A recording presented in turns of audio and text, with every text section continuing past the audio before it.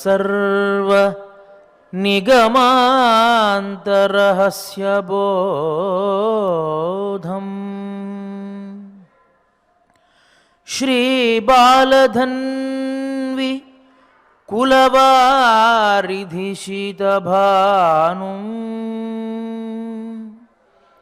श्रीशैललक्ष्मणगुरुं शिरसा नमामि श्रीशैललक्ष्मणगुरुं शिरसा नमामि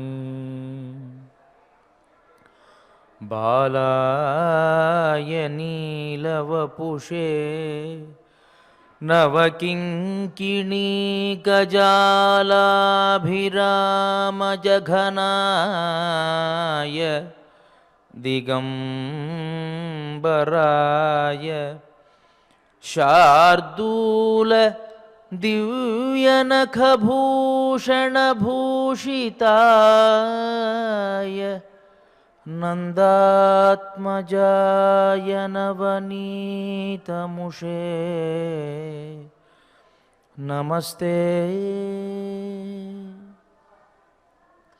శ్రీమదాదివరాహ క్షేత్ర విభూషితుడు అఖిలాండకోటి బ్రహ్మాండ నాయకుడు అయినటువంటి శ్రీనివాసుని పాదారవిందాల చింత మార్గశిర వైశిష్ట్యాన్ని మనం తెలుసుకుంటూ ఉన్నాం. ఈ అవకాశాన్ని మనకిచ్చినటువంటి శ్రీ వెంకటేశ్వర భక్తి ఛానల్ వారికి ముందుగా నా కృతజ్ఞతలు తెలియజేసుకుంటూ, నిన్నటి రోజున మనం మత్స్య ద్వాదశి గురించి తెలుసుకున్నాం.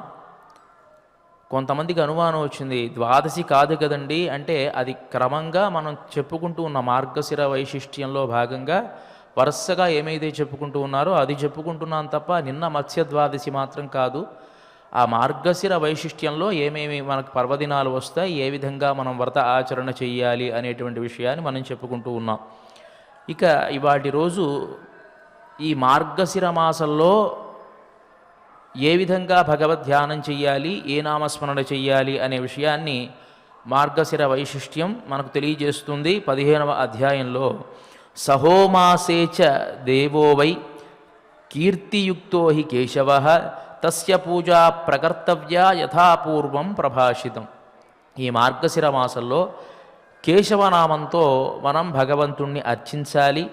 ఆ కేశవుడి యొక్క భార్యగా కీర్తి అనేటువంటి లక్ష్మీదేవి అంశనే కీర్తి అనేటువంటి పేరుతో మనం ధ్యానం చేయాలి అని చెబుతూ, పెద్దలైనటువంటి వారికి ఈ సందర్భంలో దానాన్ని ఇవ్వాలి. గోదానం, భూమిదానంచ స్వర్ణదానం, విశేషతః వస్త్రదానం, తథాశయ్యా తథాలంకరణాని చ పద్మదానం ప్రకర్తవ్యం మమ సంతోష కారణం అని పెద్దలు ఎవరైనా తారసపడితే వారికి ఈ దానాలు, గోదానాన్ని కానీ, భూదానాన్ని కానీ, స్వర్ణదానాన్ని కానీ, వస్త్రదానాన్ని కానీ, లేకపోతే అలంకారానికి సంబంధించినటువంటి దాన్ని కానీ మనం దానంగా ఇవ్వాలి. అంటే పెద్దలకు దానంగా ఇవ్వాలి అని మనకు ఆ పురాణం తెలియజేస్తుంది.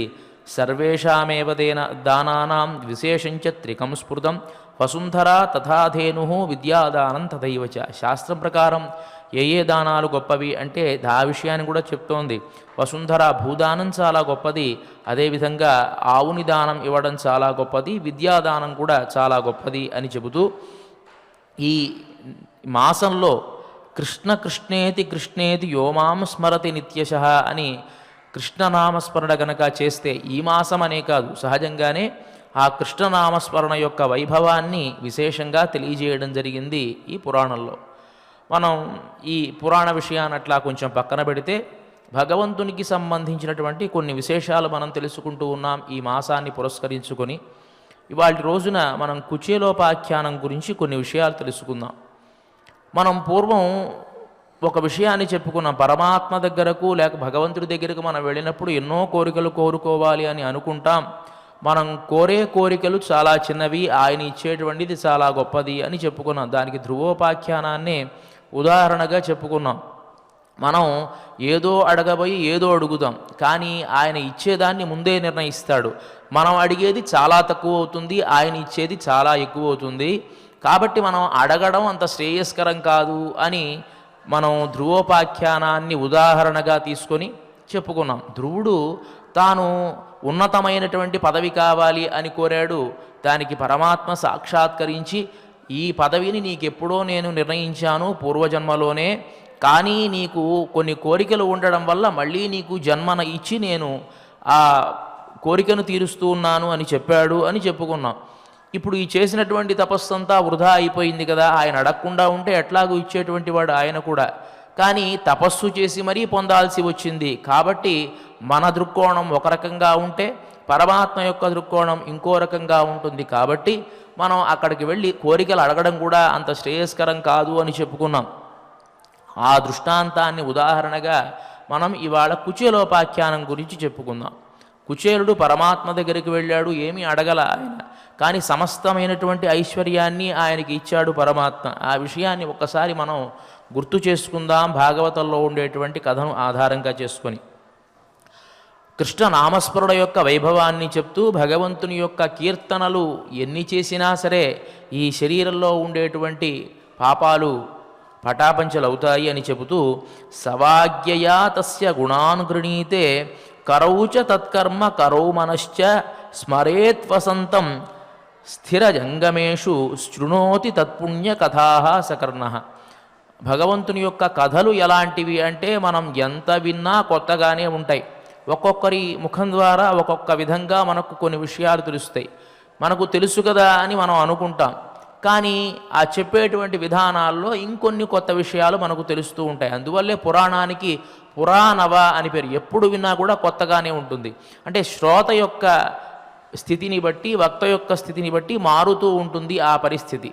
అందువల్లే ఎన్నిసార్లు విన్నటువంటి విషయాన్నే విన్నా ఏదో కొత్త విషయం మనం తెలుసుకుంటూ ఉంటాం. ఇక్కడ ఆ విషయాన్నే మనకు వేదవ్యాస మహర్షి తెలియజేస్తున్నాడు కదా, సవాగ్యయా తస్య గుణాన్ గృణీతే. నోటితో ఆ పరమాత్మ యొక్క కీర్తన మనం చెయ్యాలి, చేతితో ఆ పరమాత్మ యొక్క పూజను చెయ్యాలి, మనస్సులో ఆ పరమాత్మ యొక్క ధ్యానాన్ని చెయ్యాలి. స్మరేత్ వసంతం స్థిర జంగమేషు శృణోతి తత్పుణ్య కథా సకర్ణ. చెవుల ద్వారా ఆ పరమాత్మ యొక్క వైభవాన్ని మనం తెలుసుకోవాలి అని చెబుతూ ఆ సందర్భంలో కుచేలుడి యొక్క వృత్తాంతాన్ని చెబుతూ ఉన్నారు. కృష్ణస్యాసీత్ సఖా కశ్చిత్ బ్రాహ్మణో బ్రహ్మవిత్తమ విరక్త ఇంద్రియార్థేషు ప్రశాంతాత్మా జితేంద్రియ. ఈయన వృత్తాంతం కేవలం 80వ అధ్యాయంలోనే వస్తుంది కుచేలోపాఖ్యానం. ముందు ఎక్కడా కూడా పెద్దగా ప్రస్తావన జరగదు. సుధాముడి ప్రస్తావన కేవలం ఈ అధ్యాయంలోనే ప్రస్తావన ఎక్కువగా కనిపిస్తుంది అయింది. కృష్ణుడికి ఒకానొక స్నేహితుడు, ఆయన ఎలాంటివాడు అంటే బ్రాహ్మణ బ్రహ్మవిత్తమ విరక్త ఇంద్రియార్థేషు ప్రశాంతాత్మా జితేంద్రియ. ఒక్క శ్లోకంలోనే ఆ కుచేలుడు యొక్క వైభవాన్ని, అంటే కుచేలుడు ఎలాంటివాడు అనే విషయాన్ని తేల్చేశాడు వ్యాస మహర్షి. ఎలాంటివాడు అంటే బ్రహ్మవిత్తమ. బ్రహ్మవిత్ అంటే బ్రహ్మను తెలుసుకున్నటువంటి వాడు, పరమాత్మ స్వరూపాన్ని తెలుసుకున్నటువంటి వాళ్ళల్లో గొప్పవాడు. బ్రహ్మవిత్ కాదు, బ్రహ్మవిత్తమ అంటే దానికంటే గొప్పది.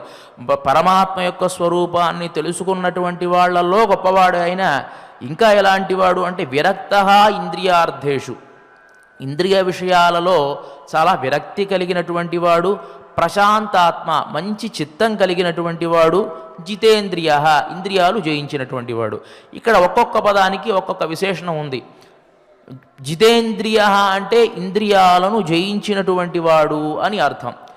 మరి మళ్ళీ విరక్త ఇంద్రియార్థేషు అనే పదప్రయోగం చేశారు. ఆ కుచేలుడే ఇంద్రియాల సుఖాలలో విరక్తి కలిగినటువంటి వాడు అని చెప్తున్నారు. జితేంద్రియ అని చెప్పవచ్చు కదా, ఇంద్రియాలు జయించిన వాడు అంటే సరిపోతుంది కదా అంటే అది సరిపోదట. మనకు కొన్ని సందర్భాల్లో మనం కూడా ఇంద్రియాలు జయిస్తాం. ఒక జపం కానీ, ఒక యాగం కానీ, ఒక కామ్యం తీరాలి అంటే మనకు ఉండేటువంటి ఈ ఇంద్రియాలని కొంతకాలం మనం బంధించగలం. 1 రోజో 2 రోజులో, నెల రోజులో, సంవత్సరం రోజులో మనం బంధించి ఉంచగలం ఏ ఇంద్రియాన్ని కూడాను ఎటు పోనీయకుండా. కానీ ఆ వ్రతం కానీ ఆ నియమం కానీ అయిపోయినటువంటి తర్వాత మనం ఆ ఇంద్రియాలను అట్లా వదిలేస్తాం. రామాయణంలో రావణాసురుడు మరణించినప్పుడు మండోదరి అంటుంది కదా, రావణాసురుడి శవం పైన విలపిస్తూ ఇంద్రియాణి పురాజిత్వా జితం త్రిభువనం త్వయ స్మరద్భిః ఇవ తద్వైరం ఇంద్రియైరేవ నిర్జిత. ఓ రావణాసురా, నువ్వు పూర్వకాలంలో బ్రహ్మ గురించి గొప్ప తపస్సు చేశావు. ఆ తపస్సు చేసేటువంటి సందర్భంలో నీ ఇంద్రియాలన్నిటినీ కూడా నువ్వు బాగా అదిమి పట్టి నీ నియంతృత్వానికి తీసుకున్నావు. అలా తీసుకున్నందువల్ల ఆ ఇంద్రియాలకు కోపం వచ్చాయి నీ మీద.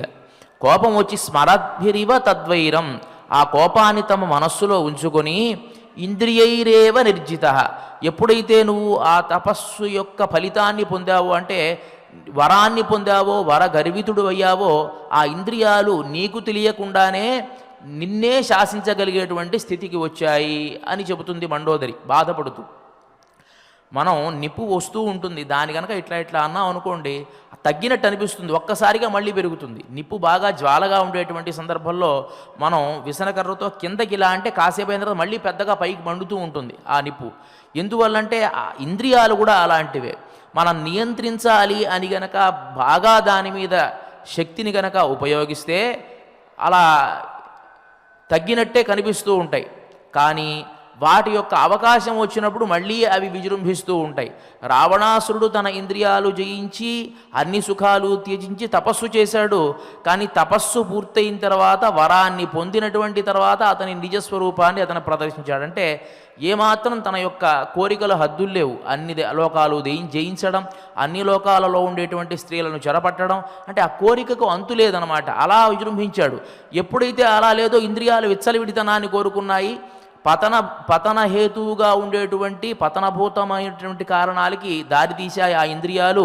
తద్వారా సాక్షాత్తు రామచంద్రమూర్తి యొక్క భార్య అయినటువంటి సీతాదేవినే తీసుకురావడం వల్ల పతనానికి దారితీసింది. అంటే ఇంద్రియాలు తాను విడిచిపెట్టేశాడు. మొట్టమొదట ఇంద్రియాలు జయించాడు. కాబట్టి ఇంద్రియ జయం అనేటువంటిది కాదు కావలసింది, ఇంద్రియ సుఖాలలో విరక్తి ఉండాలి అని చెప్పడం కోసమే జితేంద్రియ అనేటువంటి పదాన్ని ఉపయోగించి విరక్త ఇంద్రియార్థేషు, స్వతసిద్ధంగానే విరక్తి ఉన్నటువంటి వాడు. ఇక్కడ కూడా మనం ఆలోచించాలి. విరక్తి కొంతమందికి కొంతకాలం కనిపిస్తూ ఉంటుంది. శ్మశాన వైరాగ్యం అని, ఉపన్యాస వైరాగ్యం అని, ప్రసూతి వైరాగ్యం అని 3 చెప్తారండి. ఎవరన్నా మరణించారనుకోండి, కాటి వరకు వెళతాం వాడితో పాటు. వెళ్ళినప్పుడు ఈ జీవితం ఇంతే కదా, ఎంతకాలం శాశ్వతం ఈ జీవితం అని మనకు అనిపిస్తుంది. ఉపన్యాస వైరాగ్యం, ఉపన్యాసం వింటూ ఉన్నంతసేపు నిజమే కదా, ఈ శరీరం శాశ్వతమైంది కాదు కదా, మనం ఎందుకు ఇంత వెంపర్లాడదాం అని అనిపిస్తూ ఉంటుంది. కానీ ఆ ఉపన్యాసం అయిపోయిన తర్వాత, కాసేపు అయిన తర్వాత మళ్ళీ మన కామక్రోధ లోభమోహ మదమాత్సర్యాలు మామూలే. ఆ శ్మశానం నుంచి వచ్చినటువంటి తర్వాత ఒక 5 నిమిషాలు, అరగంటో గంటో తర్వాత మళ్ళీ యథాప్రకారంగా మన కోపతాపాలన్నీ కూడా మామూలుగానే ఉంటాయి. దాన్నే శ్మశాన వైరాగ్యం, ఉపన్యాస ప్రసూతి వైరాగ్యం. ప్రసవించేటువంటి సందర్భంలో స్త్రీలంతా అనుకుంటారట, అయ్యో ఇంత కష్టం మనం అనుభవించాలా అని. మళ్ళీ యథాప్రకారమే వాళ్ళు మళ్ళీ 2వ సంతానానికి సిద్ధం అవుతారు. ఈ వైరాగ్యాలు శాశ్వతంగా ఉండవు, కేవలం అంత మాత్రమే ఉంటాయి. ఆ విషయాన్నే చెబుతూ విరక్త ఇంద్రియార్థేషు, ఈ ఇంద్రియార్థాలలో విరక్తి కలిగినటువంటి వాడు. ఎలాంటి విరక్తి అంటే పరిపూర్ణమైనటువంటి విరక్తి. బ్రహ్మవిత్ అన్నాం కదా, ఎప్పుడైతే పరమాత్మ గురించి పరిపూర్ణంగా తెలుసుకుని ఉంటాడో వాడికి ఇంద్రియ సుఖాల మీద అంతగా మోహం ఉండదు. అందువల్లే శాస్త్రం చెబుతుంది పరమాత్మని యోరక్త విరక్త అపరమాత్మని. పరమాత్మ యొక్క తత్వాన్ని పరిపూర్ణంగా తెలుసుకున్నటువంటి వాడు మిగతా ప్రాపంచికమైనటువంటి సుఖాలలో పెద్దగా దృష్టి సారించడు. మనం కూడా ఆలోచిద్దాం. ఇప్పుడు ఒక పని మనకు ముఖ్యమైందనుకోండి, ఆ పని మీద దృష్టి సారిస్తామే తప్ప మిగతా పనుల మీద దృష్టి సారించాం. ముఖ్యమైనదేదో దాని మీదే దృష్టి సారిస్తాం కదా.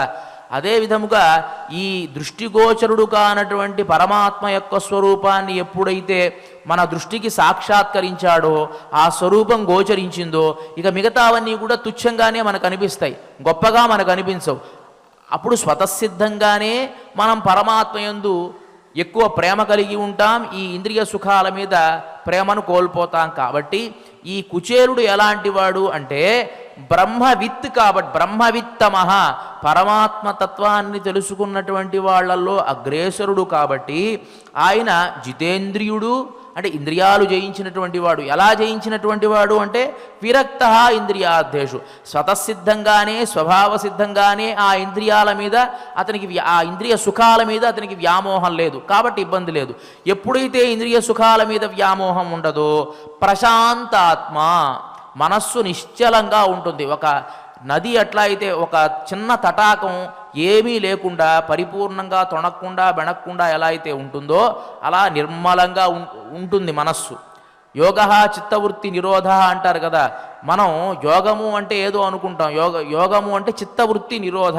మనకు ఉండేటువంటి ఈ ఇంద్రియాలన్నింటినీ కూడాను ఎటువైపు పడితే అటువైపు పోకుండా మనం నియంత్రించుకొని మనస్సులో మనం ఆలోచించడమే యోగము అంటే. అలా ప్రశాంత ఆత్మ, ప్రశాంతంగా ఉండేటువంటి స్వభావం కలిగినటువంటి ఒక్క శ్లోకంలోనే తేల్చేశారు.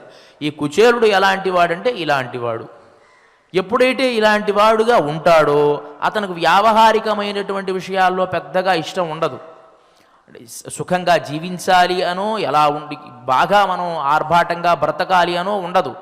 ఇతని జీవితం ఎలా ఉంది అంటే చిరిగిపోయినటువంటి బట్టలు ధరించి కుటుంబంలో ఉండేటువంటి పిల్లలకు సరి అయినటువంటి ఆహారం తాను ఇవ్వలేకుండా, భార్య కూడా అలాంటి వస్త్రాలే ధరించి, కానీ భార్య చాలా అన్యోన్యవతి కాబట్టి, పతివ్రత శిరోమణి కాబట్టి కుచేలుడికి అనువుగా ఉంది. కానీ కాల ప్రభావం ఎలాంటిదో తెలుసా అండి? ఎవరినైనా సరే తన వశంలోకి తీసుకుంటుంది. ఎంతకాలం ఎవరు ఓర్పు పడతారు? కుచేలుడి దగ్గరికి వెళ్ళి ఆవిడ ప్రశ్నించింది కదా, పతివ్రత పతింప్రాహం లాయత వదనేన స దరిద్రాసీదమానాసా వేపమానాభిగమ్యచ. ఆమె ఆ దారిద్ర్యంతో దుఃఖపడుతూ తన భర్త అయినటువంటి ఆ సుధాముడి దగ్గరికి వెళ్ళి అన్నది కదా, భయపడుతూ అన్నదట, భయపడుతూ ప్రార్థించింది. వేపమాన, తెల్లబోయినటువంటి ముఖం వేసుకొని భర్త ఏమంటాడో అరుస్తాడేమో అనేటువంటి ఉద్దేశంతో ఆమె దగ్గరికి వెళ్ళి అంది కదా, ఈ దారిద్ర్యంతో ఎంతకాలం మనం దుఃఖపడుతూ ఉంటాం, పిల్లలకి సుఖాన్ని ఇవ్వలేకపోతూ ఉన్నాం, మనము సుఖపడలేకపోతూ ఉన్నాం. కాబట్టి నీకు ఎట్లాగూ ఆ పరమాత్మ యొక్క సాహచర్యం ఉన్నది కదా, కృష్ణుడు ద్వారకాపురాన్ని ఏలేటువంటి మహారాజు కదా, ఆయన్ని అర్థించవచ్చు కదా. నను బ్రహ్మన్ భగవత సఖా సాక్షాత్ శ్రియఃపతి. నీకు సాక్షాత్తు శ్రియఃపతి అయినటువంటి కృష్ణ పరమాత్మ స్నేహితుడుగా ఉన్నాడు. ఉన్నప్పుడు బ్రహ్మణ్యశ్చ శరణ్యశ్చ భగవాన్ సాత్వదర్శభ. స్వతసిద్ధంగానే తనను ఎవరైనా ఆశ్రయించి వస్తే ఆ కోరికలు తీర్చేటువంటి మనస్తత్వం కలిగినటువంటి వాడు ఆయన. మరి అలాంటి వాడికి నువ్వు సాక్షాత్తు స్నేహితుడు కాబట్టి నువ్వు గనక వెళ్ళడిగితే అతను కాదంటాడా? కాబట్టి వెళ్ళి నువ్వు అడగవచ్చు కదా, నాకు ధనం కావాలి, నా ఇల్లు గడవడం లేదు, చాలా ఇబ్బంది పడుతూ ఉన్నాను అని అడగవచ్చు కదా. అంటే కుచేలుడు ఆలోచిస్తూ ఉన్నాడు మనస్సులో, ఎలా అడగాలి, మనం అడగవచ్చా అడగకూడదా. కానీ వాస్తవానికి అతనికి ఇష్టం లేదు. ఈ ప్రాపంచిక సుఖాల మీద అంతగా వ్యామోహం లేనటువంటి వాడు కదా, ఇష్టం లేదు. కానీ కాలం చాలా దురతిక్రమమైనటువంటిది, తన భార్యే వచ్చి మాట్లాడుతోంది కాబట్టి దాన్నేమీ చేయలేము. పరమాత్మ కూడా చాలా చమత్కారంగా ఉంటాడు. ఎంత వేదాంతంలో ఉన్నటువంటి వాడినైనా సరే ఒక్కొక్కసారి ఈ ప్రకృతిలోకి లాగి వింతలు చేస్తూ ఉంటాడు ఆయన. ఇతను మారతాడా మారడా అని పరీక్ష చేస్తూ ఉంటాడు. ఈ పరీక్షలు రకరకాలుగా ఉంటాయి. ఆ పరీక్షలలో నెగ్గేటువంటి వాళ్ళు, ఓడిపోయేటువంటి వాళ్ళు రకరకాలుగా ఉంటాడు. ఇప్పుడు ఇతనికి వచ్చిన పరీక్ష ఏమిటి అంటే, తన సంతానం చాలా ఇబ్బంది పడుతూ ఉన్నది. భార్య ఎప్పుడూ మాట్లాడనటువంటి భార్య కూడా తన దగ్గరకు వచ్చి ప్రార్థించింది. ఇప్పుడు తన భార్య మాట గనక కాదంటే, లోకల్లో భార్య మాట కాదన్నవాడు ఎవడన్నా సుఖంగా ఉంటాడా? ఉండడు కదా. ఎవడో చమత్కారంగా ఒక కథ ఉందండి. లోకల్లో భార్య చెప్తేనే ఏదన్నా జరుగుతుందట. ఒక దొంగవాడు ఇంటికి వచ్చాట దొంగతనం చేయడానికి ఇంట్లోకి వస్తే భార్యాభర్తలు పడుకొని ఉన్నారు. పడుకొని ఉంటే ఈ వచ్చిన దొంగ ఏం చేశాట అంటే ఆ మగవాడి దిండు కింద వెతుకుతూ ఉన్నాడు. వాడు మెళుకువతోనే ఉన్నాడు మగవాడు. వాడు లేచి ఒకసారి చూసేటప్పటికి పరిగెత్తుకుంటూ వెళ్ళిపోతున్నాడు. వాడిని పట్టుకొని దగ్గరికి తీసుకున్న, ఆయన నువ్వు దొంగతనానికి కొత్త అని అడిగట. అవునండి, ఇవాళే దొంగతనానికి వచ్చాను నేను కొత్తగా అన్నాడు ఆయన. ఓరి పిచ్చివాడ, లోకల్లో ఎక్కడైనా తాళం చెవులు మగవాడి దిండు కింద ఉంటాయా? ఆడవాళ్ళ దిండు కింద ఉంటుంది కానీ అని అన్నట్ట. సరే, ఇదో చాలా గొప్పవాడిలా ఉన్నాడు, మనకి సహాయం చేసేవాళ్ళ అనుకుని సరే ఏం చేయమంటారండి అంటే, ఆ దిండు కింద తాళం చెవులు తీసుకోవాలి అని 60 సంవత్సరాలుగా, అంటే 60 సంవత్సరాలు వీడికి, నాకు పెళ్ళయ్యి 60 సంవత్సరాలు అయింది, 70 సంవత్సరాలకు నా ఇప్పుడు వయసు 70 సంవత్సరాలు, 60 సంవత్సరాలుగా ప్రయత్నం చేస్తూ ఉన్నాను, కానీ తీసుకోలేకపోతూ ఉన్నాను. నువ్వు వచ్చావు కాబట్టి నీకు నేను సహాయం చేస్తాను, మన ఇద్దరం కలిసి ప్రయత్నం చేద్దాం అన్నాడు ఆయన. సరే, నెమ్మదిగా ఆ భార్యని ఇట్లా తప్పించాడు, దిండి కింద తాళం చెవులు తీసుకున్నాడు ఈ దొంగ. తీసుకున్న తర్వాత, సరే నువ్వు తీసుకుంటే తీసుకున్నావు, కానీ నువ్వు కనుక 1000 రూపాయలు తీసుకుంటే ఒక 100 రూపాయలు మాత్రం నాకు ఇవ్వన్నాడు వీడు. ఏంటి భర్త, ఒక 100 రూపాయలు ఇవ్వు నాకు అన్నాడు. వీడి దారిద్ర్యాన్ని చూస్తే నాకంటే దరిద్రుల్లా ఉన్నాడే వీడు, నేనే ఇంకా 10 ఏళ్లలో చక్కగా దొంగతనం చేసి బతకొచ్చు, నాకంటే దరిద్రుల్లా ఉన్నాడు వీడు అని చూసి వాడికి జాలేసిందట. జాలేసి తీసి వాడికి 100 రూపాయలు కాదు, మొత్తం నువ్వే ఉంచుకో, నేను కాకపోతే ఇంకో ఇంట్లో దొంగతనం చేసుకుంటాను, నేను పర్వాలేదు, కానీ వివాహమై స్త్రీ కనుక ఉంటే ఇలా ఉంటుందన్నమాట ఇల్లున్న నాకు ఇప్పుడే తెలిసిందే అని చెప్పి వెళ్ళిపోయేటవాడు. అంటే లోకంలో అంటే చమత్కారంగా చెప్తున్నాను, మహనీయులు ఉన్నారు ఈ లోకంలో, పతివ్రత శిరోమణులు ఉన్నారు, వాళ్ళు ఉండబట్టే ఈ లోకం ఇలా ఉన్నది. చమత్కారంగా చెప్పేటువంటి కథ. భార్య అనేటువంటిది సహధర్మచారిణి కదా, గృహం యొక్క బాధ్యతంతా కూడాను భార్య మీదే ఉంటుంది. నగృహం గృహమిత్యాహు గృహిణీ గృహముచ్యచే అని కదా, ఆ బాధ్యతంతా కూడా స్త్రీ మీదే ఆధారపడి ఉంటుంది. కాబట్టి దాన్ని జాగ్రత్తగా నిర్వర్తించాల్సినటువంటి బాధ్యత ఆమెది. కాబట్టి కొన్ని కఠినంగా మాట్లాడాల్సినటువంటి పరిస్థితులు వస్తాయి కొన్ని సందర్భాలలో. నేనేం పని చేయను, నేను భగవన్నామస్మరణ చేసుకుంటాను అంటే ఇల్లు గడవడం ఎట్లా? కాబట్టి ఈ కుచేలుడు యొక్క భార్య కూడాను ఇలా ఉంటే కష్టమండి, మనకి ఒక సంతానం కలిగింది కదా, ఆ సంతానాన్ని మనం ఉద్ధరించాలి కదా, కాబట్టి మీరు మీ స్నేహితుడుగా ఉండేటువంటి కృష్ణుడి దగ్గరికి వెళ్ళి యాచించండి అని అంటే, తాను మనస్సులో ఒక నిర్ణయాన్ని తీసుకున్నాడు. పోని మనం వెళ్ళి యాచించమా అనేది పక్కన పెడితే, కనీసం వెళ్ళి కృష్ణుడిని చూసినట్టు అవుతుంది అని తన మనస్సులో నిర్ణయం తీసుకొని అన్నట్టు కదా, అస్తేధునా ద్వారవత్యాం భోజవృష్టి అంధకేశ్వర. మీ కృష్ణ పరమాత్మ అనేకమైన రాజ్యాలు పాలించేటువంటి వాడు కాబట్టి నువ్వు ఉండేటువంటి స్థితిని చూసి నీకు ఏదైనా ఇవ్వడానికి సిద్ధపడతాడు అని అంటే బయలుదేరాడిన. బయలుదేరేటువంటి సందర్భంలో ఆయన భార్యతో అన్నాడు కదా, స ఏవం భార్యయా విప్రో బహుశః ప్రార్థితో మృదు అయం హి పరమోలాభ ఉత్తమ శ్లోక దర్శనం. ఇది ఒక అదృష్టమైనటువంటి విషయం. కనీసం ఈ వ్యాజంతో అయినా నేను నా కృష్ణుని చూడవచ్చు అని అనుకుంటూ, ఇతి సంచింత్య మనసా గమనాయ మతిందధే అప్యస్తుపాయనం కించిత్ గృహే కళ్యాణి దీయతాం. సరే, నేను కృష్ణ పరమాత్మ దగ్గరికి వెళతాను కదా, ఇవ్వడానికి ఏదైనా ఉన్నదా? మనం పెద్దల దగ్గరికి వెళ్ళేటువంటి సందర్భంలో ఏదో ఒక పదార్థాన్ని తీసుకుని వెళ్ళాలి. శాస్త్రం ఒట్టి చేతులతో వెళ్ళకూడదు అని అంటుంది. కొంతమంది దగ్గరికి అగ్నిహోత్రం గృహం క్షేత్రం గర్భిణీ వృద్ధ బాలకాన్ రిక్తహస్తేన నోపేయాత్ రాజానం దైవతం గురు. మనం ఎక్కడైనా ఒక పెద్ద యాగం జరుగుతోందనుకోండి, అక్కడికి వెళ్ళి ఒట్టి చేతులతో వెళ్ళకూడదట. అక్కడ ఏదో సమర్పించడానికి ఒక ద్రవ్యాన్ని, పూలో పండో ఏదో తీసుకుని వెళ్ళాలి. అగ్నిహోత్రం, గృహం, ఇంటికి వచ్చేటువంటి సందర్భంలో ఏదో ఒక వస్తువుని తీసుకురావాలట. క్షేత్రం, పుణ్యక్షేత్రానికి వెళ్ళినప్పుడు కూడాను అక్కడ ఏదో ఒక వస్తువుని సమర్పించి రావాలి, ఒట్టి చేతులతో రాకూడదు అక్కడి నుంచి. గర్భిణి, ఎవరైనా గర్భిణీ స్త్రీని చూడడానికి వెళ్ళేటువంటి సందర్భంలో ఒట్టి చేతులతో వెళ్ళకూడదు, ఏదో ఒక వస్తువుని తీసుకుని వెళ్ళాలి.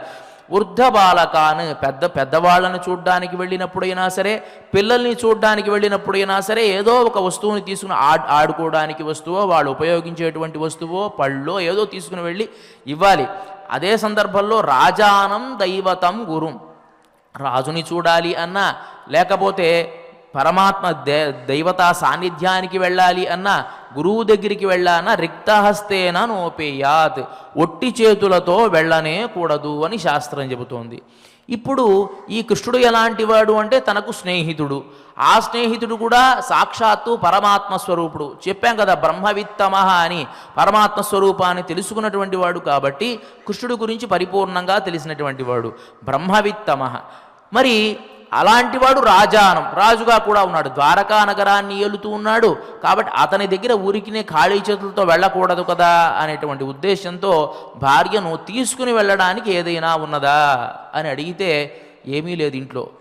4 ఇళ్లలోకి వెళ్ళి పక్కన ఉండేటువంటి వాళ్ళని ప్రార్థించి ఒక 4 పిడికిళ్ళు అటుకులు తీసుకుని వచ్చి ఇచ్చింది.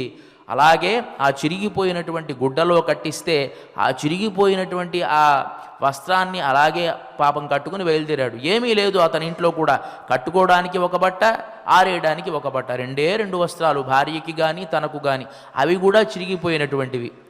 ఎలా ఉన్నట్ట ఆ మనిషిని చూస్తే అంటే బాగా చిక్కిపోయి లోపల ఉండేటువంటి నరాలన్నీ కూడా బయటపడేట్టుగా ఉన్నాడు ఆ కుచేలుడు. అలాగే బయలుదేరి వెళ్ళాడు కృష్ణ సాన్నిధ్యానికి. వెళుతూ ఎన్నో సైనిక స్థావరాలను చూశాడు, అనేకమైనటువంటి రాజులు ఉండేటువంటి ప్రాసాదాలు చూశాడు. అక్కడ కృష్ణుడి యొక్క 16,000 మంది భార్యలు నివసించేటువంటి భవంతులు చూశాడు. అదే సందర్భంలో ఆ భవంతుల మధ్యలో ఉండేటువంటి రుక్మిణీదేవి భవనంలోకి తాను ప్రవేశించాడు. ప్రవేశించి వెళుతూ ఉంటే ముందుగా కొంతమంది ఆపారంటారు, కానీ ఏమీ ఆపలేదు. తాను చెప్పాడు, నేను ఫలానా కృష్ణుడి యొక్క స్నేహితుణ్ణి అని చెప్పాడు. చెప్పగానే లోపలికి పంపించారు. ఆ సందర్భంలో రుక్మిణీదేవితో తాను సరదాగా ఒక శయ్యపై కూర్చుని ఉన్నటువంటి కృష్ణ పరమాత్మ దూరంగా వచ్చేటువంటి ఆ కుచేలుణ్ణి చూసి పరిగెత్తుకుంటూ హుటాహుటిన వచ్చి ఆలింగనం చేసుకున్నట్ట. ఆలింగనం చేసుకుని ఆనందించాడు అని అంటారు భాగవతంలో. ఆనందం ఆయన పడ్డాడు కృష్ణుడు, కుచేలుడు పడ్డా. కుచేలుడు పడ్డం గొప్ప విషయం కాదు, కృష్ణుడే ఆనందపడ్డాడు. ఎందువల్ల ఆనందపడతాడు కృష్ణుడు అంటే సమహాత్మా సుదుర్లభ అంటాడు. వాసుదేవ సర్వమితి సమహాత్మా సుదుర్లభ అని భగవద్గీతలో కృష్ణ పరమాత్మ అంటాడు. జ్ఞాని అనేటువంటి వాడు దొరకడం చాలా కష్టము. ఆ జ్ఞాని కూడాను సమస్తము నాకు పరమాత్మే అని అనుకునేటువంటి వాడు దొరకడం చాలా దుర్లభం. సమహాత్మ సుదుర్లభ, వాడు ఈ లోకంలోనే దొరకడు అని కృష్ణుడు అంటాడు కదా. అలాంటి మహానుభావుడు కుచేలుడు కాబట్టి ఆయన్ని ఆలింగనం చేసుకొని ఆహా నిజంగా ఇంత గొప్పవాడు నాకు దొరికాడే అని ఆనందించాట. కృష్ణుడు హుటాహుటిన తీసుకుని వెళ్ళాడు. తీసుకుని వెళ్ళి తన పర్యంకం మీద కూర్చోబెట్టి సమస్తమైనటువంటి రాజ ఉపచారాలను చేస్తూ ఉంటే చూసేటువంటి స్త్రీలంతా కూడాను ఆశ్చర్యంగా చూస్తూ ఉన్నారు. ఈ కుచేలుణ్ణి చూస్తేనేమో చిరిగిపోయిన బట్టలు ధరించి ఉన్నాడు, ఆ అవతారం చూస్తేనేమో బాగా చిక్కి శల్యమైపోయి నరాలు బయటపడుతూ ఉండేటువంటి పరిస్థితి. రూపం చూస్తే గొప్పగా లేదు, వస్త్రాలు చూస్తే గొప్పగా లేవు. కానీ కృష్ణుడేమో చాలా ప్రీతిని ఆ కుచేలుడి దగ్గర చూపిస్తూ ఉన్నాడు. కుచేల అని చెప్పి ఎన్నో రకాలుగా సంభావన చేస్తూ ఉన్నాడు. ఆయన పాద ప్రక్షాళనం చేసి తన శిరస్సుపై ప్రోక్షించుకొని అందరిపైన ప్రోక్షించాడు. సమస్తమైనటువంటి ఉపచారాలు చేస్తూ చందనాలంకారాన్ని చేసి తర్వాత వింజామర తీసుకొని వీస్తూ మళ్ళీ రుక్మిణీదేవికి ఆ వింజామర ఇచ్చి నువ్వు వీయమయం చెప్తూ ఉంటే ఆమె వీస్తూ ఉన్నది. ఆ సుధాముడికి రకరకాల కుశల ప్రశ్నలు వేస్తూ ఉన్నాడు. మనం చిన్నప్పుడు కట్టెలు తీసుకురావాలి అంటే సాందీపుడి దగ్గర ఎంత కష్టపడేవాళ్ళం కుచేలా. వెళ్ళి ఆ అడవిలో వర్షం వచ్చేటువంటి సందర్భంలో కూడాను ఆ ఎండిపోయినటువంటి కట్టెలన్నీ కూడా మనం సంగ్రహించి తీసుకుని వచ్చేవాళ్ళం, గుర్తుందా నీకు? ఇలా రకరకాల మాటలు మాట్లాడుతూ ఉన్నాడు. మాట్లాడుతూ నీ భార్య నీకు అనుకూలంగా ఉందా లేదా? సమావృత్తేన ధర్మజ్ఞ భార్యోఢా సదృశీనవ, నీ భార్య నీకు అనుకూలంగా ఉంది కదా, సుఖంగా ఉన్నావా నువ్వు? అన్ని రకాల తపస్సులు ప్రశాంతంగా సాగుతూ ఉన్నాయా అని చెప్పి మాట్లాడుతూ అతని యొక్క మాటల ద్వారా అతని యొక్క సమాధానం ఎప్పుడు వస్తుందా అని చూస్తున్నాడు. ఇతను మాత్రం నోట్లో మాట లేకుండా ప్రశాంతంగా ఆ కృష్ణుని చూస్తూ ఉన్నాడు. ఏమిటి అతని బాధ అంటే చిన్నప్పుడు ఎప్పుడో మేమిద్దరం కలిసి ఆడుకున్నాం, కలిసి పెరిగాం, సాందీపుడి దగ్గర పెరిగినటువంటి వాళ్ళం.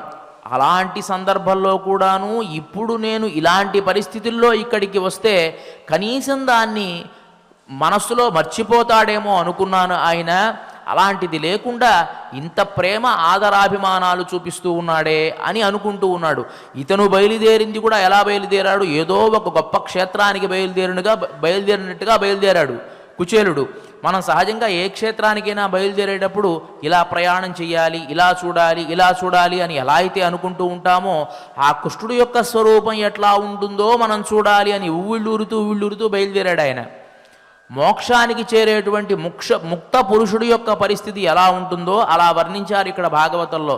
మోక్షానికి వెళ్ళినటువంటి సందర్భంలో ఈ ముక్తుడైనటువంటి వాడు, అంటే ఈ శరీరాన్ని విడిచిపెట్టినటువంటి వాడు వెళితే అక్కడ అమానవుడు అనేటువంటి వాడు కరస్పర్శతో ఈ ముక్త పురుషుడికి కూడా మంచి శరీరం వస్తుందట. ఆ శరీరాన్ని ధరించినటువంటి తర్వాత పరమాత్మ దగ్గరకు వెళితే పర్యంక విద్య అని ప్రత్యేకంగా మనకు ఉపనిషత్తుల్లో వస్తుంది. ఆయన గొప్ప పర్యంకం మీద కూర్చొని ఉంటాట ఆ పరమాత్మ. వెళ్ళినటువంటి ఈ జీవుణ్ణి తాను దగ్గరికి తీసుకొని తన ఒళ్ళో కూర్చోబెట్టుకొని, నాయన ఎంతకాలమైంది నిన్ను చూసి, ఇంతకాలం కూడా ఈ ప్రకృతి మండలంలో అనేకమైనటువంటి భోగాలు అనుభవిస్తూ నాకు దూరంగా ఉన్నావు కదా, ఎంతకాలమైంది నాయన అని చెప్పి ఆ పరమాత్మ ఈ జీవుణ్ణి దగ్గరకు తీసుకుంటాడు అనేటువంటిది ఉపనిషత్తుల్లో పర్యంక విద్య తెలియజేస్తుంది. అదే విధముగా ఈ కుచేలుడు కూడా తన చిన్ననాటి స్నేహితుడైనటువంటి కృష్ణుణ్ణి కలవడానికి వెళుతూ ఉన్నాడు. ఆ సంభాషణ అంతా, ఆ విధానమంతా కూడాను కేవలం మోక్షానికి వెళ్ళేటువంటి ముక్త పురుషుడి విధానంలానే వర్ణింపబడింది. ఇతను వెళ్ళాడు, పర్యంకం పైన ఉండేటువంటి కృష్ణ పరమాత్మ ఒక్కసారి కిందకి దిగి, ఆహా నా స్నేహితుడు ఇంతకాలానికి వచ్చాడా అని అతన్ని చేరదీసి అతన్ని తన పర్యంకం మీద కూర్చోబెట్టి సమస్తమైన రాజోపచారాలు చేస్తూ విచారిస్తూ ఉన్నాడు. ఇదంతా కూడా ఉపనిషత్తుల్లో ఉండేటువంటి నిగూఢమైనటువంటి తత్వాన్ని మనకు కథా రూపంలో తెలియజేయడం కోసమే. ఇలా ఉన్న తరువాత అతను అడిగాడు, కుచేలా నీకేదైనా కావాలా అని. ఆయన ఏమీ మాట్లాడాల. ఎందువల్ల మాట్లాడలేదు అంటే, మనం దారిద్ర్యంతో ఉన్నటువంటి వాళ్ళం.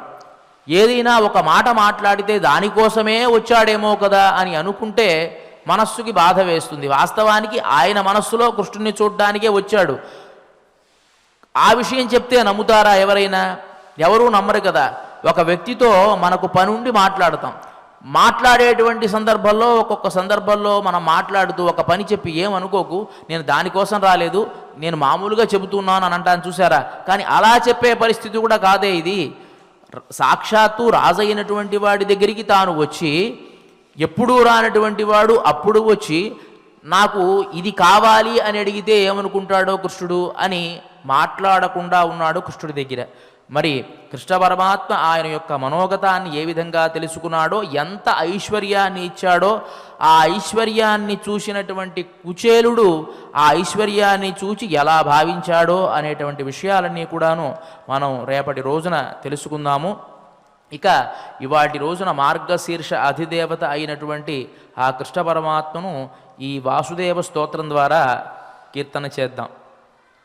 ఎవరైతే శ్రీ వెంకటేశ్వర భక్తి ఛానల్ ప్రసార మాధ్యమం ద్వారా ఈ కార్యక్రమాన్ని వీక్షిస్తూ ఉన్నారో, నిమీలిత నేత్రులై భగవంతుని పాదార విందాలను హృదయంలో లగ్నం చేసుకుని ఈ విధంగా పఠించండి.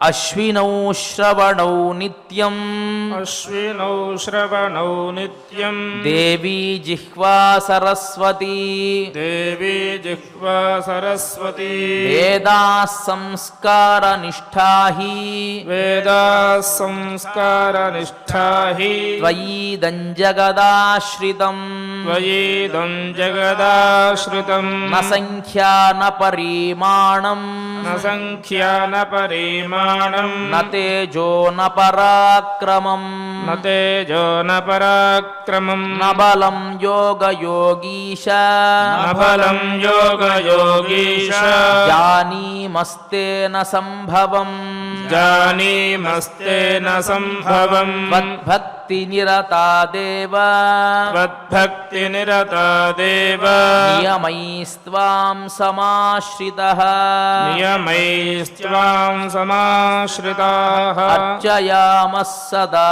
విష్ణో, అర్చయామः సదా విష్ణో, పరమేశం మహేశ్వరం, పరమేశం మహేశ్వరం, ఋషయో దేవ గంధర్వా, ఋషయో దేవ గంధర్వా, యక్ష రాక్షసపన్నగాః, యక్ష రాక్షసపన్నగాః, పిశాచా మానుషాశ్చైవ, పిశాచా మానుషాశ్చైవ, మృగపక్షి సరీసృపాః, మృగపక్షి సరీసృపాః, ఏవమాదిమయా సృష్టం, ఏవమాదిమయా సృష్టం, పృథివ్యాం త్వత్ त्वत्प्रजादजम् पृथिव्यां त्वत्प्रजादजं पद्मनाभविशालाक्ष पद्मनाभविशालाक्ष कृष्णदुःखप्रणाशन कृष्णदुःखप्रणाशन त्वङ्गतिः सर्वभूतानां त्वङ्गतिः सर्वभूतानां वन्नेता त्वं जगद्गुरुः वन्नेता त्वं जगद्गुरुः त्वत्प्रसादेन देवेश त्वत्प्रसादेन देवेश सुखिनो विबुधाः सदा सुखिनो विबुधाः सदा पृथिवी निर्भया देव पृथिवी निर्भया देव तत्प्रसादात् सदा भवत् त्वत्प्रसादात् सदा भवति तस्मात् भव विशालाक्ष तस्मात् भव विशालाक्ष यदुवंशविवर्धनः यदुवंशविवर्धनः धर्मसंस्थापनार्थाय धर्मसंस्थापनार्थाय विज्ञाप्यं कुरु मे प्रभो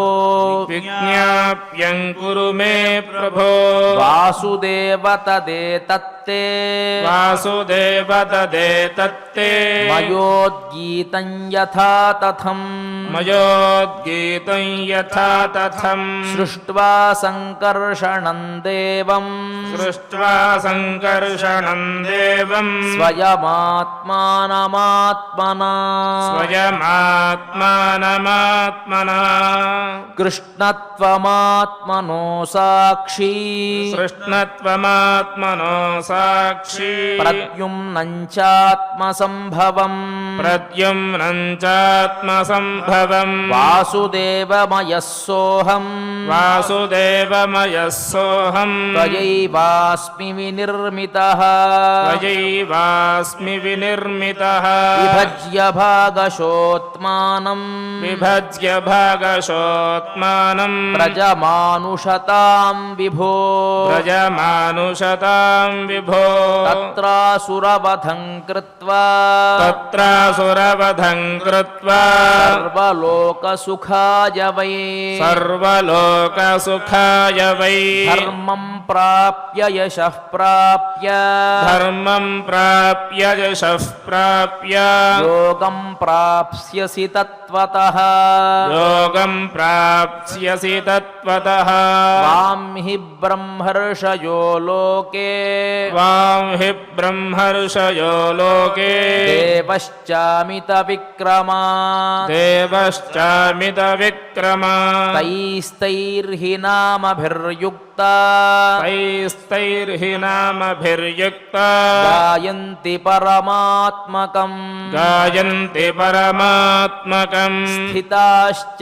सर्वे स्थिताश्च सर्वे वैभूतसङ्घाः वैभूतसङ्घाः कृताश्रयन् त्वाम् कृताश्रयन् त्वा वरदं सुबाहो वरदं सुबाहो अनादिमध्यान्तम् अनादिमध्यान्तम् अपारयोगम् अपारयोगम् लोकस्य सेतुम् लोकस्य सेतुम् प्रवदन्ति विप्राः प्रवदन्ति विप्राः इति श्रीमहाभारते इति श्रीमहाभारते भीष्मपर्वणि भीष्मपर्वणि पञ्चषष्टितमेऽध्याये पञ्चषष्टितमेऽध्याये శ్రీవాసుదేవస్తోత్రం శ్రీవాసుదేవస్తోత్రం భీష్మ పితామహుడు అంపశయ్యపై ఉండి వచ్చినటువంటి కృష్ణ పరమాత్మను రకరకాలుగా స్తోత్రం చేసినటువంటి సందర్భంలోనిది. స్వామి, నువ్వు ధర్మ సంస్థాపన చేయడం కోసం ఈ యదువంశంలో జన్మించినటువంటి వాడివి, సాక్షాత్తు ఆ పరమాత్మవి, ఈ లోకంలో ఉండేటువంటి సృష్టి స్థితి సంహార కార్యక్రమాలన్నీ నిర్వహించేటువంటి వాడివి. సృష్ట్వా సంకర్షణం దేవం స్వయమాత్మానమాత్మన, నీ నుంచే సంకర్షణ, వాసుదేవుడు కదా నువ్వు, సంకర్షణ, ప్రద్యుమ్న, అనిరుద్ధ అనేటువంటి రూపాలు నీ నుంచే ఉద్భవించేటువంటి వాడివి అని చెప్పి ఆ పరమాత్మను కీర్తించి తరించాడు భీష్మపితామహుడు. అంత అత్యద్భుతమైనటువంటి స్తోత్రాన్ని మనం ఇవాళ మార్గశీర్ష మాసంలో పారాయణం చేశాం. ఇక ఇవాల్టి ఈ కార్యక్రమాన్ని క్షమాప్రార్థన నుంచి భగవత్ సమర్పణం వరకు, మంగళం వరకు మనం అందరం కలిసి పారాయణ చేసి మంగళకరంగా ముగిద్దాం. అథ క్షమా ప్రార్థనా యదక్షరపదభ్రష్టం మాత్రాహీనం చ యద్భవేత్ తత్సర్వం క్షమ్యతాం దేవ నారాయణ నమోస్తుతే. అథ భగవత్సమర్పణం కాయేన వాచా మనసేంద్రియైర్వా బుద్ధ్యాత్మనా వా ప్రకృతే స్వభావాత్ కరోమి యద్యత్ సకలం పరస్మై నారాయణాయేతి సమర్పయామి. అథ మంగళం శ్రియః కాంతాయ కళ్యాణ నిధయే నిధయేర్థినాం శ్రీవేంకటనివాసాయ శ్రీనివాసాయ మంగళం.